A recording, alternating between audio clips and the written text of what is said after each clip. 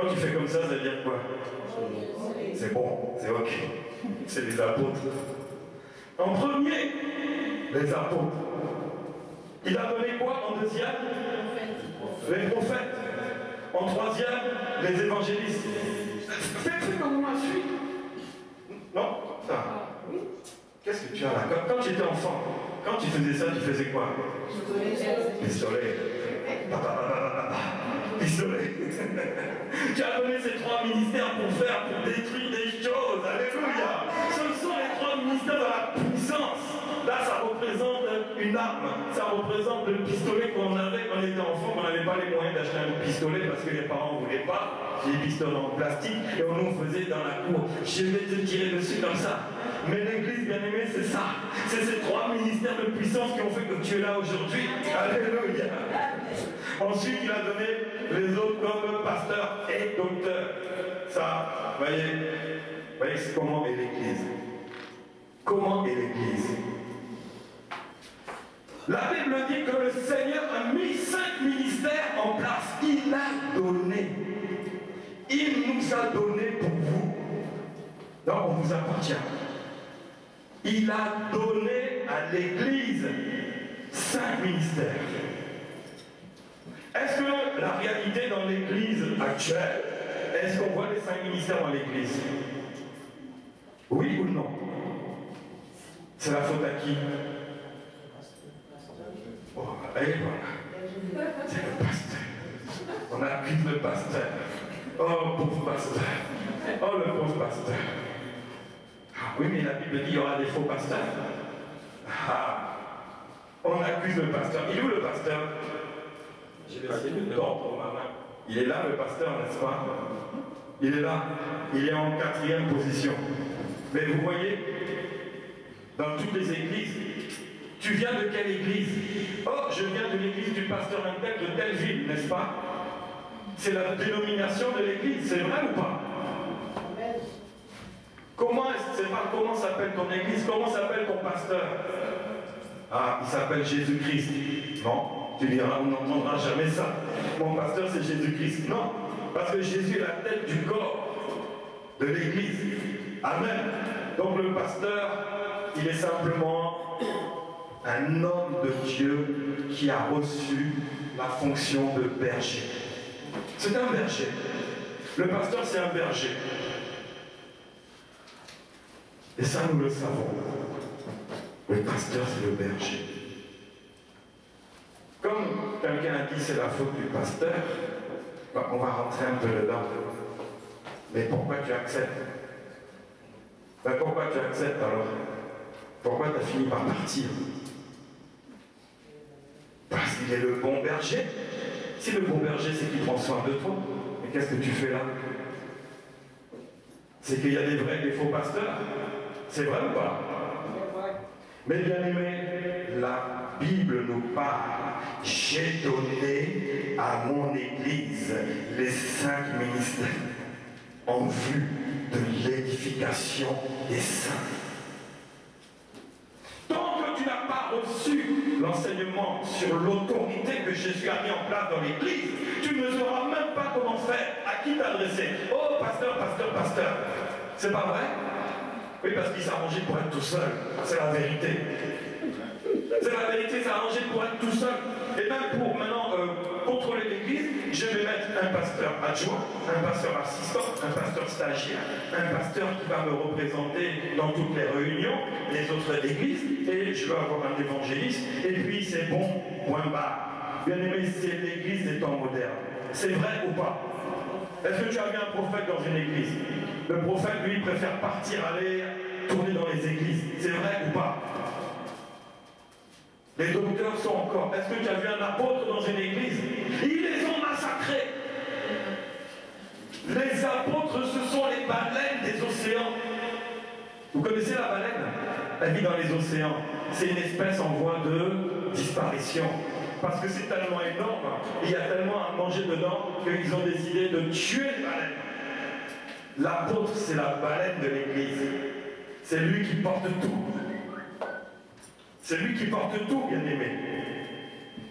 Vous voyez les apôtres? Ils sont rares, n'est-ce pas? c'est un ministère en voie de disparition. Qui les a fait disparaître? Les pasteurs. Les pasteurs ont fait disparaître les apôtres. Pourquoi? Parce que la Bible a dit, il a donné les uns, c'est le chiffre 1 en premier. Premièrement, il a donné l'apôtre.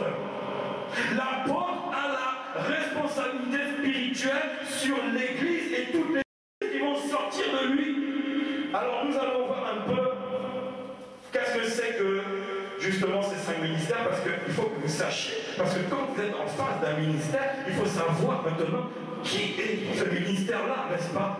Sinon tu vas périr par manque de connaissances. Bien-aimé, le ministère, un apôtre, c'est qui? C'est qui un apôtre? Oui, c'est d'abord un envoyé de Dieu. C'est dit un envoyé de Dieu, comme ça va rentrer dans la tête. Un envoyé de Dieu. Dieu a envoyé. Il est chargé d'une mission spéciale. Le premier apôtre dans l'Ancien Testament, c'était Abraham et Moïse. Il a dit, je vais faire sortir mon peuple, mais je vais t'utiliser, je te donne la vision. Il est celui qui a reçu la vision. Les autres ministères n'ont pas la même vision. L'apôtre a une vision internationale, tandis que les ministères ont des visions locales. Sauf le prophète qui a aussi une vision internationale. Ce sont les deux ministères que, dans ces temps-ci, dans les derniers temps de l'Église, comme Jésus revient, c'est les deux ministères que Dieu utilise puissamment parce que ce sont des ministères de puissance. Alléluia. Et ce sont eux qui reçoivent les révélations de ces derniers temps sur l'Église. Parce que Jésus revient. Donc, il est chargé d'une mission. Et il annonce spécialement le royaume de Jésus-Christ. Il annonce Jésus-Christ ressuscité. C'est pour ça que j'ai parlé de la croix tout à l'heure.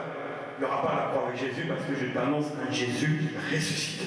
Jamais de croix avec Jésus. Ça, je laisse ça aux autres qui font de la religion. C'est leur problème. Moi, je ne mettrai jamais, je ne permettrai jamais qu'il y ait une croix avec Jésus sur cette croix-là parce que j'annonce Christ ressuscité. Alléluia. Et l'Église vivante parce que Christ est ressuscité.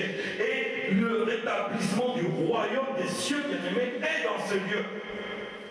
Maintenant, bien-aimés, comme mon frère l'a dit, c'est un bâtisseur. Il bâtit une église, il va dans un endroit lointain, comme l'apôtre Paul, il allait dans un endroit lointain, dangereux. Cette église, elle est bâtie sur les Champs-Élysées. Oui ou non? C'est vrai ou pas? On est aux Champs-Élysées? C'est dommage, hein? J'aimerais bien, si tu es là-dedans, c'est que tu habites aux Champs-Élysées.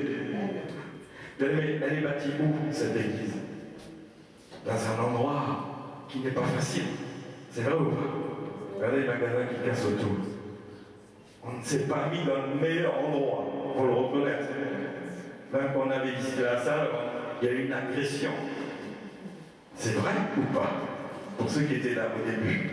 Vous connaissez l'histoire? Donc l'endroit, il n'est pas évident. Bien aimé, l'apôtre bâtit dans des endroits que les autres ne veulent pas. Amen. Parce que l'évangile est venu pour ceux qui ont besoin, ceux qui sont malades, ceux qui sont dans la faiblesse, ceux qui ont tous les problèmes. L'évangile, c'est pour eux. Jésus n'est pas venu donner l'évangile pour les bien portants ou les riches, il est venu pour ceux qui sont malades. Et il a cette mission de bâtir. Il a reçu la vision que Dieu lui a donnée. Je ne vais pas trop rentrer aussi dans les détails, mais l'apôtre Paul formait les églises, n'est-ce pas? Il formait après, il enseignait. Voici le rôle de l'apôtre. Mais pas de chance, il n'y en a pas. Alors comment on va rencontrer un apôtre? Il y en a, bien aimé. Et vous pouvez les compter. Ils ne sont pas nombreux. Si on fait un pourcentage par rapport au pasteur, vous allez voir qu'il y a un grand décalage. C'est peut-être 1 pour 1000, et encore, peut-être 1 pour 10 000, ou 1 pour 100 000. Il y a 100 000 pasteurs, il y a un apôtre. C'est pas vrai? Des pasteurs, t'en vois partout. C'est devenu un ministère bouche-trou. Toi, tu es jeune appelé, oh, allez, tu seras pasteur. Toi, tu es docteur, ah, ça sonne pas bien, tu es pasteur. Toi, tu es évangéliste, non, ça sonne pas bien, tu es pasteur. Parce que c'est le berger. Mais est-ce que le pasteur, c'est le chef de l'église? Oui. Mais actuellement, c'est pas le chef de l'église. Qu'est-ce que tu fais là, toi? Tu fais quoi? tu es parti parce que le chef de l'église a fini par te créer des problèmes, il a monté les uns contre les autres. Mais ça, c'est dans les cas extrêmes. Il a même couché avec des servantes. Il s'est même divorcé pour aller rencontrer des sœurs dans l'église. Je parle des cas extrêmes. Ça, c'est les faux pasteurs. Un vrai pasteur, je vais devenir un peu sur sa nature. Mais on revient toujours à ça parce que c'est le numéro 1 dans l'église, c'est pas vrai? C'est lui qui est numéro 1, en fin de compte, il est numéro 4. Mais le 4, il a piqué la place de l'apôtre. Il a dit, toi, les apôtres dehors. Les temps des apôtres, c'est fini. Avec la mort des 12 apôtres, le ministère de l'apôtre n'existe plus. Donc nous, les pasteurs, maintenant, on prend le relais. Mais pourquoi le ministère du pasteur n'est pas mort aussi pendant qu'on y est? N'est-ce pas? Non, nous, on est là. Bien aimé, le ministère de l'apôtre est toujours vivant. C'est l'autorité spirituelle. Alléluia. Il représente aussi les 4 autres ministères. Quand tu vois un apôtre, tu ne sais même pas qui t'a affaire. Quand il va te prêcher, tu as l'impression que c'est un prophète. Quand il va te prêcher, tu as l'impression que c'est un docteur. On est mélangé. On ne sait plus à qui on a affaire. Parce que les 4 ministères sont en lui en attendant que les 4 ministères sortent de lui. Alléluia. Donc il est obligé de tout faire à la maison. Quand tu as une grande maison, le couple rentre. La femme a dit, oh, le mari dit, génial, on a une grande maison. La femme a dit, oh oui, mais c'est moi qui vais tout me taper dans la maison. Je vais laver les sols, je vais faire les vitres, je vais préparer à manger, je vais faire le linge, et je vais faire ci, et je vais faire ça. Ah, j'ai hâte d'avoir maintenant des aides avec moi. L'église, c'est ça.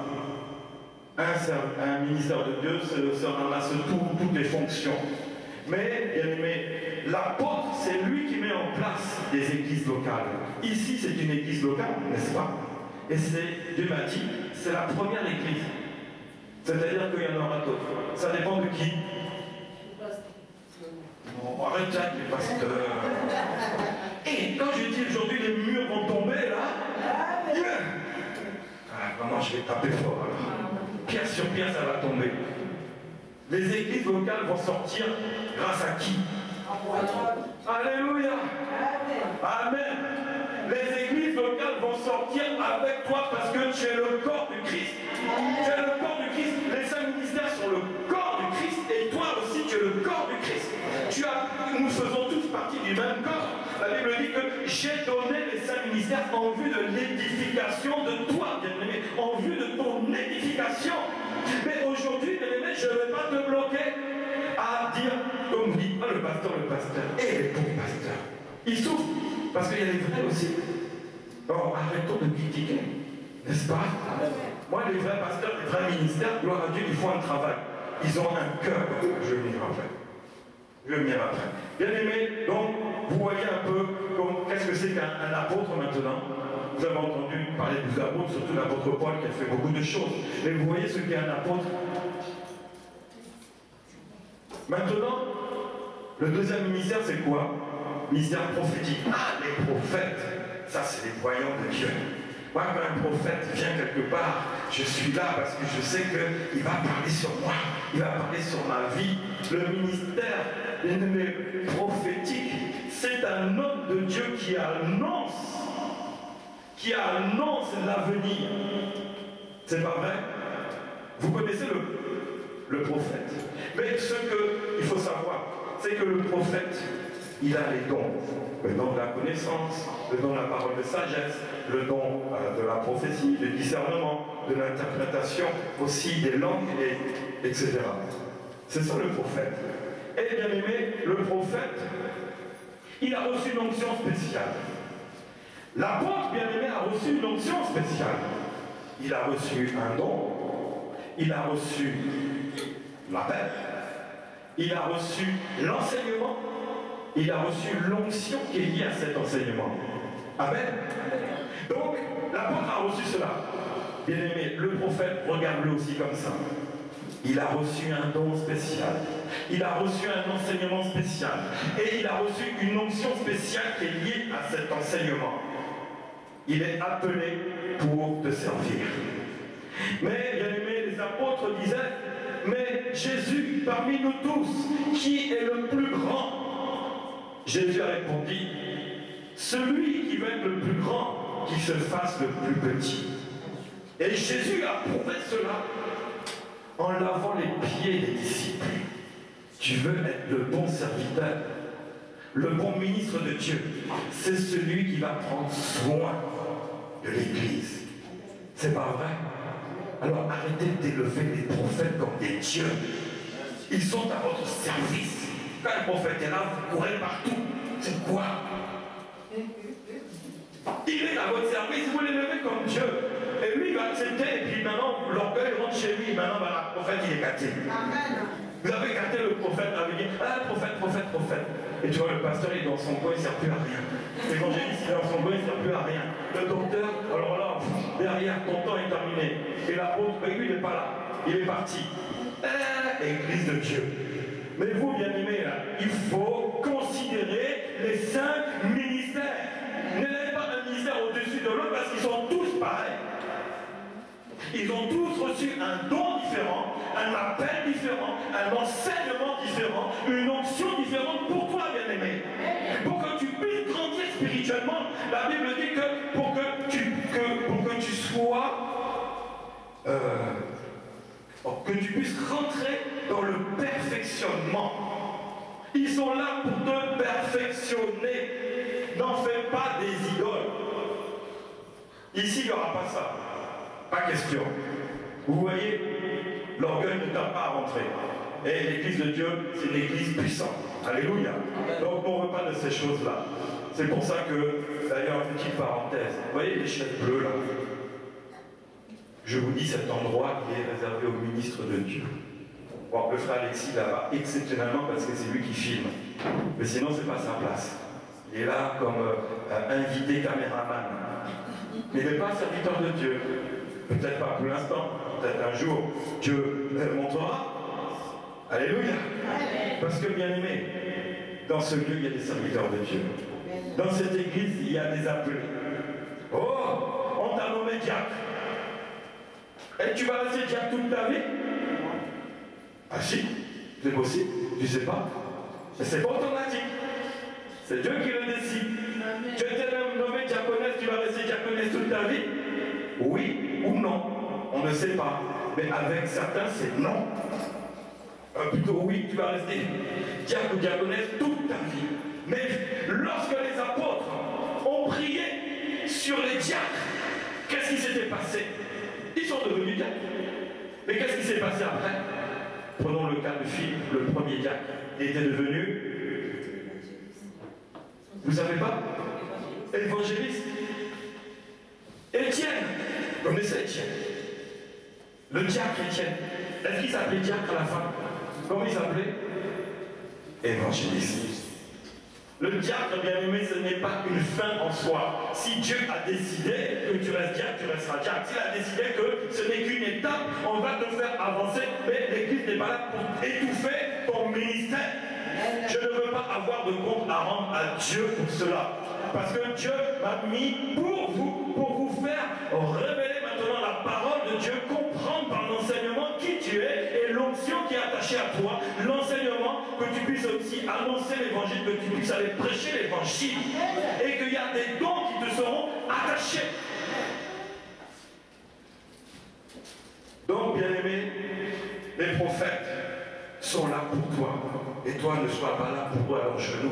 Qu'est-ce que Dieu a dit pour moi? Attends, mets 50 €, je vais te dire. Bon, allez, mets 20 €, je vais te dire. J'ai abusé. Mets ce que tu veux, mais si tu ne mets pas, je ne suis pas inspiré. Vous savez d'où je tiens ça? C'est une église. Prophète, là, c'est devenu business. J'ai entendu ça.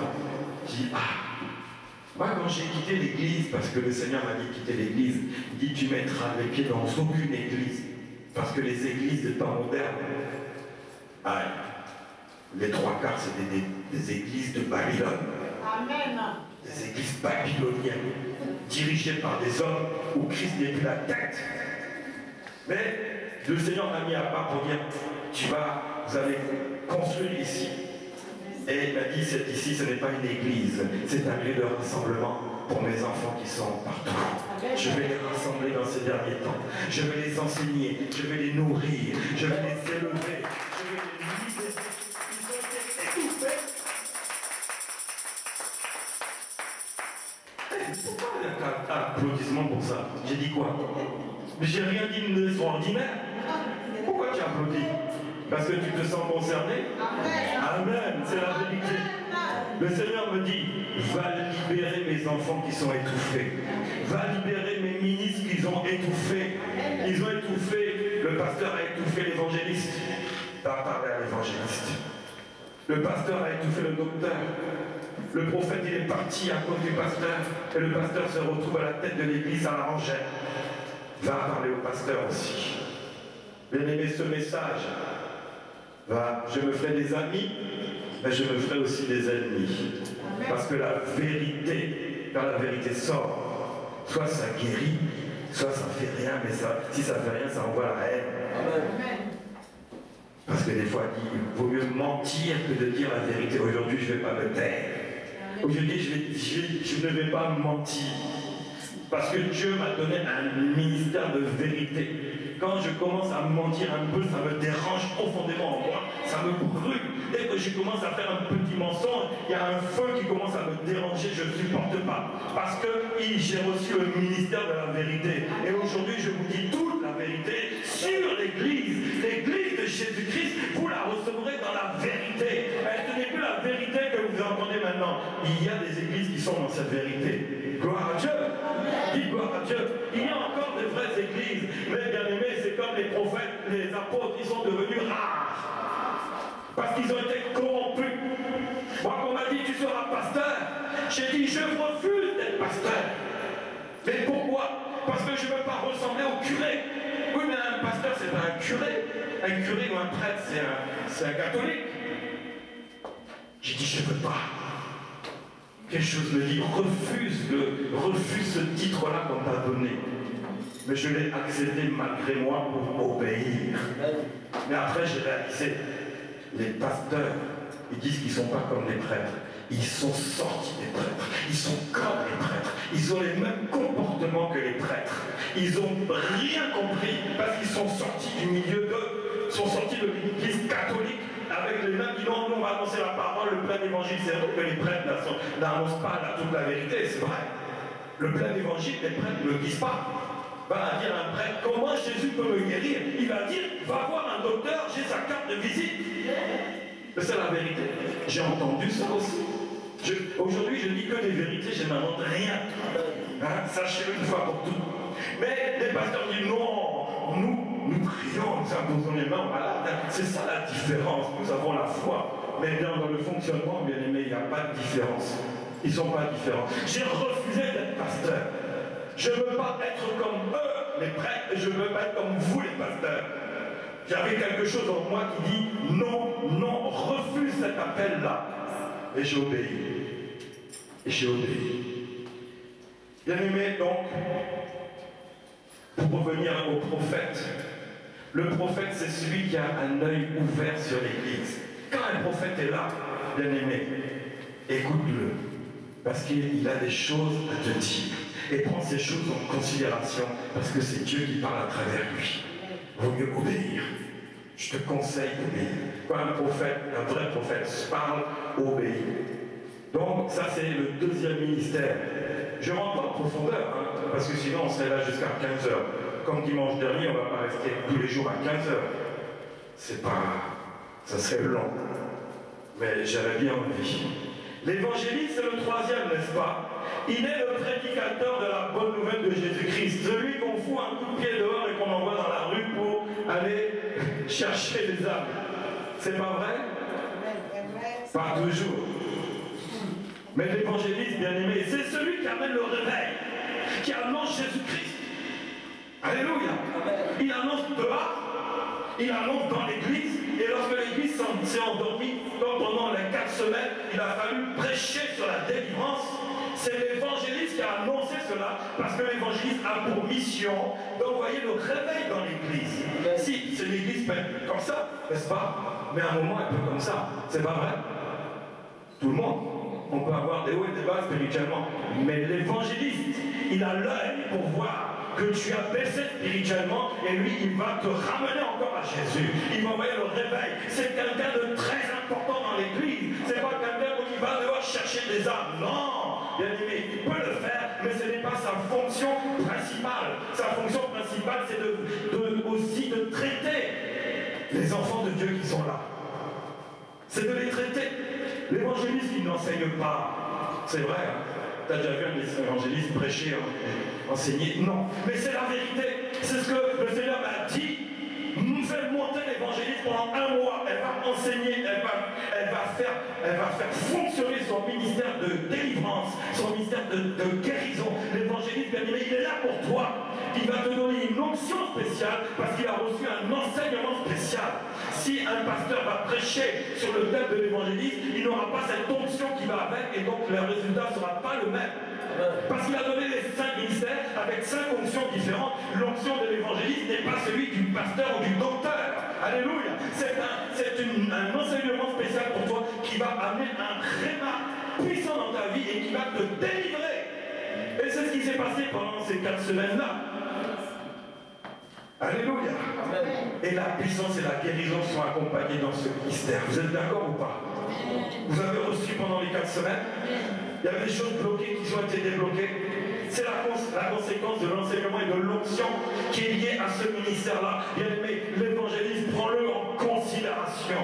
Considère-le. Oh oui, non. Bien aimé, je vais t'amener aujourd'hui à ce que tu considères les 5 ministères. Les 5. Oui, mais pour l'instant, il n'y en a que 3. Vous savez combien de ministères dans l'Église pour l'instant? On a démarré, il y a 3 ministères.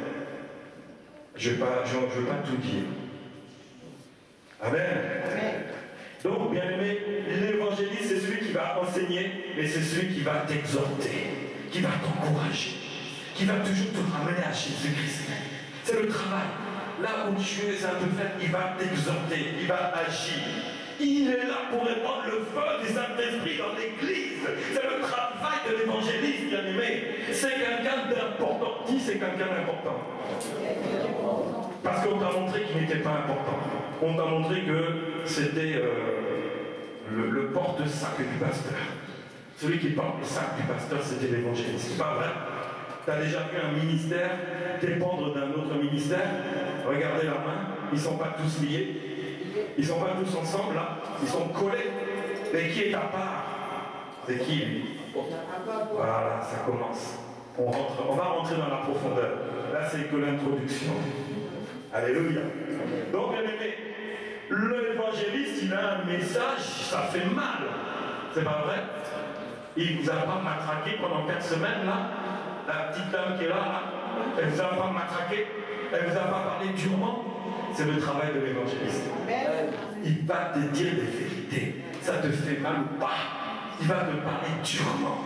Parce qu'il veut une chose, c'est que Christ soit au centre de ta vie. Alléluia. C'est tout son travail, ça. C'est tout son ministère. D'amener les âmes à Christ. Amen. Maintenant, le 4e. Alors là, c'est le pasteur. Là, vous allez vous casser. Oui, les pasteurs. Ah, les pasteurs. Je vous entends déjà venir. Mais non, moi je vais parler du vrai pasteur. Le berger. Vous connaissez tous ce que c'est qu'un pasteur? C'est vrai ou pas? C'est vrai ou pas? Vous savez ce qu'est qu'un pasteur? Alors dites-moi, quelle est la fonction d'un pasteur? Comment? Il enseigne. Non, ça c'est le docteur. Mais il enseigne aussi. Mais ce n'est pas sa première fonction. Vous savez pas. Parce que vous ne voyez pas cette manifestation du pasteur, parce que il y a des problèmes. Le pasteur, il a un cœur spécial. Eh oui, tu ne savais pas? Ben, tu ne l'as pas vu. Il n'a pas montré son cœur spécial, peut-être qu'il ne l'avait pas. Peut-être que celui qui était ton pasteur n'était pas un pasteur. Parce que le pasteur, il a la particularité des autres ministères qui n'ont pas. Il a un cœur spécial. Dis un cœur spécial. Il aime tous les enfants. Tous les enfants. La Bible dit que le bon berger, qui est le bon pasteur, lorsque une brebis quitte la bergerie, il laisse les 99 autres et s'en va vite chercher la brebis qui est sortie. Il la ramène dans le troupeau. Il va en prendre soin.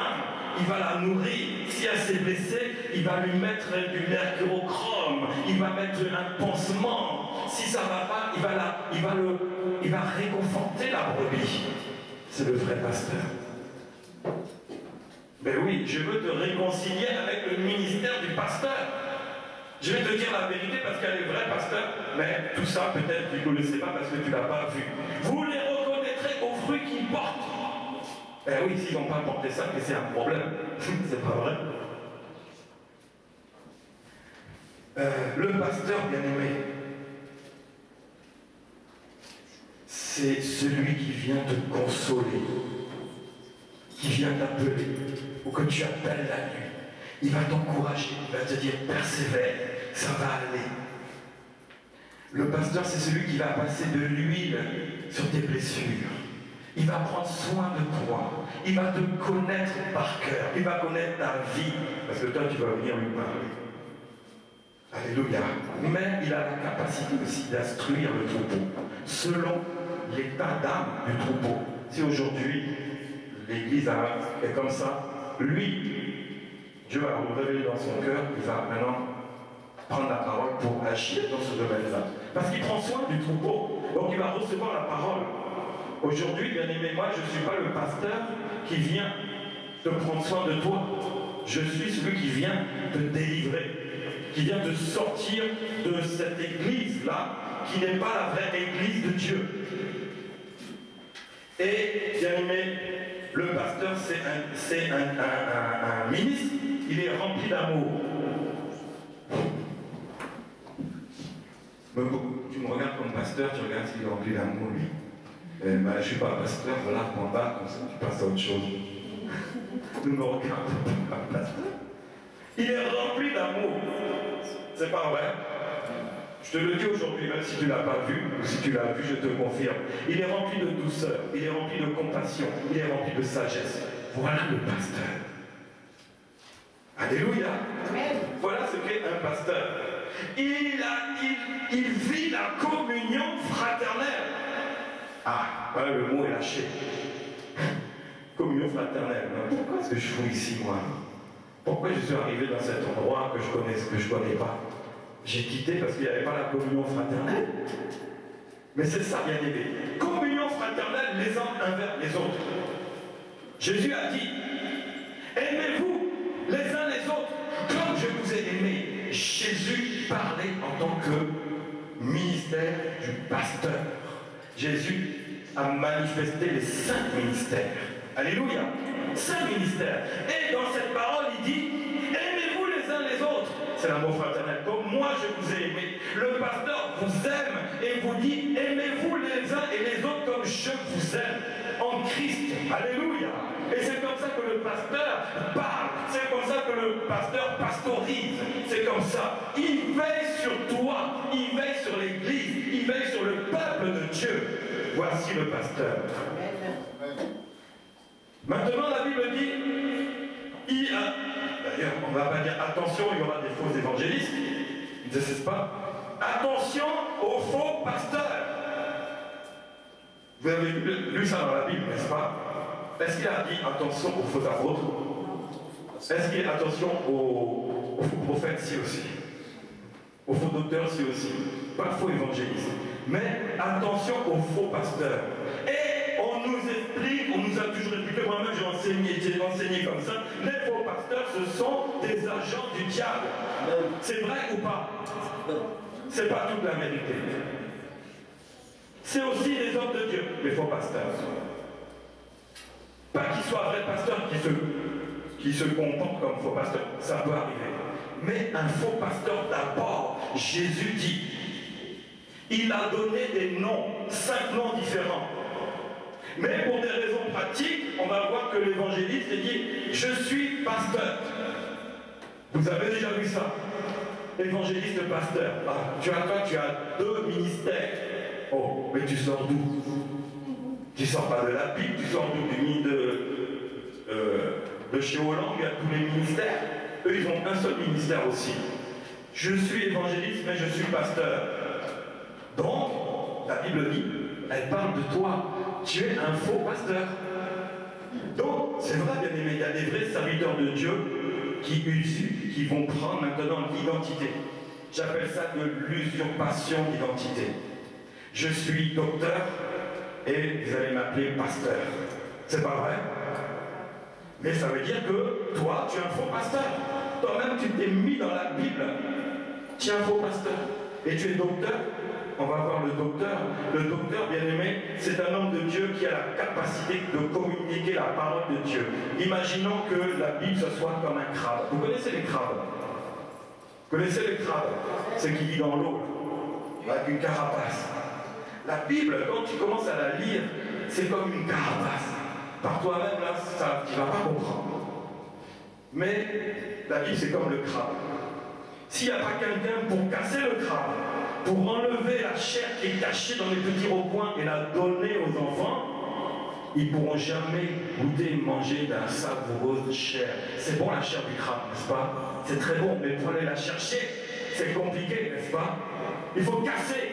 Les docteurs, ce sont ceux qui cassent la parole, qui vont rentrer, qui vont dévoiler, révéler les profondeurs de la parole et qui va te la rendre accessible. Lorsqu'un crabe est décortiqué, il est agréable à manger, n'est-ce pas? Mais s'il est entier, tu vas mettre le crabe dans ta bouche, il est, c'est pas bon. Tu vas rien comprendre dans le crabe. Quand tu lis la Bible, bien aimé, tu ne comprends rien. Parce que c'est des choses cachées. Mais le docteur a reçu ce don, cet enseignement et cette onction pour te révéler la parole de Dieu. La parole qui est cachée, bien aimé. Cette parole, elle est cachée. Et il vient te révéler cela. C'est un homme de Dieu. Il va et c'est lui qui amène la nourriture. Comme la sœur tu disais, c'est le pasteur. Non, ce n'est pas le pasteur qui nourrit. D'abord, c'est le docteur qui nourrit, qui amène la connaissance, qui amène à devenir disciple, à être instruit, et qui enseigne les fidèles. Le pasteur enseigne aussi. Tous sont amenés à enseigner, je vous le dis. Mais le docteur, lui, il a le don spécial de révéler la profondeur des choses cachées de Dieu pour que tu puisses les recevoir, que tu puisses les nourrir et que tu puisses grandir. Ça t'amène à grandir, bien-aimé. C'est ça, bien-aimé. Et c'est lui qui va creuser dans la Bible pour te donner la révélation, pour que toi, tu puisses maintenant aussi devenir solide. Que tu ne sois pas emporté aux quatre vents. Alléluia. Donc, bien-aimé, voici, nous avons vu ce que c'est que les 5 ministères. Mais, bien-aimé, est-ce que tu vois ça dans l'Église? Alléluia. Moi non plus. J'ai fait des églises, mais je n'ai pas vu les 5 ministères dans l'Église. Le problème, c'est quoi? C'est que l'Église moderne, bien-aimé, s'est mélangée avec l'homme. Et l'Église n'a plus la puissance. Vous savez ce que c'est que la puissance? C'est le chiffre 100. Quand une pile est au maximum de la puissance, on dit quoi? Elle est à 100%. C'est pas vrai? Si on dit, toi tu es en forme, tu es à 100%. Tu es au top. Bien aimé, Jésus a donné la puissance à l'Église et il a donné 100%. J'ai donné quelques cours comme ça à la maison à certaines personnes, mais le Seigneur m'a dit, annonce cela à l'Église parce que vous devez sortir de ce que vous avez reçu, parce que ce n'est pas que la vérité. Je vais vous révéler la vérité. Regardez la main. Regarde ta main. Tu vois 5 doigts. 100% divisé par 5, ça fait 20%, n'est-ce pas? 20%. L'Église avec les 5 ministères était dans la puissance du Saint-Esprit. Les cœurs étaient touchés, vraiment, c'était extraordinaire. Pourquoi? Les 5 ministères étaient là et il y avait 100% qui étaient là. C'est vrai ou pas? Dans la puissance. Est-ce que l'Église actuelle est dans la puissance? Ben non. Parce que tant qu'il y a les 5 ministères, elle ne sera pas dans la puissance. Si on dit que le pasteur a pris la vérité, bien aimé, le pasteur a pris la place de l'apôtre. Soyons clairs et nets, c'est ça. L'apôtre, c'est le Père. C'est le Père spirituel. Et l'Église est de tomber parce qu'elle n'a plus de Père spirituel. Elle a reçu des bergers qui sont devenus des pères, mais ils ne sont pas des pères spirituels. Parce qu'ils ne veulent pas votre élévation. Ils ne vont pas vous encourager, ils vont vous élever jusqu'à un niveau, ça sera le maximum. Est-ce que tu as vu un pasteur élever un prophète? C'est rare, encore moins un pasteur élever un apôtre. Tu ne le verras jamais. Parce que ce n'est pas possible. C'est biblique, la Bible dit que c'est l'apôtre qui met en place les 4 autres ministères. C'est ce que dit la Bible. Maintenant, le pasteur peut faire le travail de l'apôtre, mais il n'a pas reçu le don, l'onction et la puissance de l'apôtre. Il est limité à ce qu'il a reçu dans son ministère pour avoir un cœur pour prendre soin de ses enfants. Et voici que le pasteur maintenant a pris le contrôle de l'Église. Donc, si on dit qu'il y a 5 ministères, chacun a reçu 20%. Parce qu'il n'y a pas de différence entre les ministères, à part l'apôtre, ils sont tous, quand ils travaillent ensemble, ils sont tous pareils. Donc si on dit que 100% divisé par 5, ça fait combien? 20% par ministère, n'est-ce pas? J'aime bien de quoi il parle, on ne fait pas des mathématiques.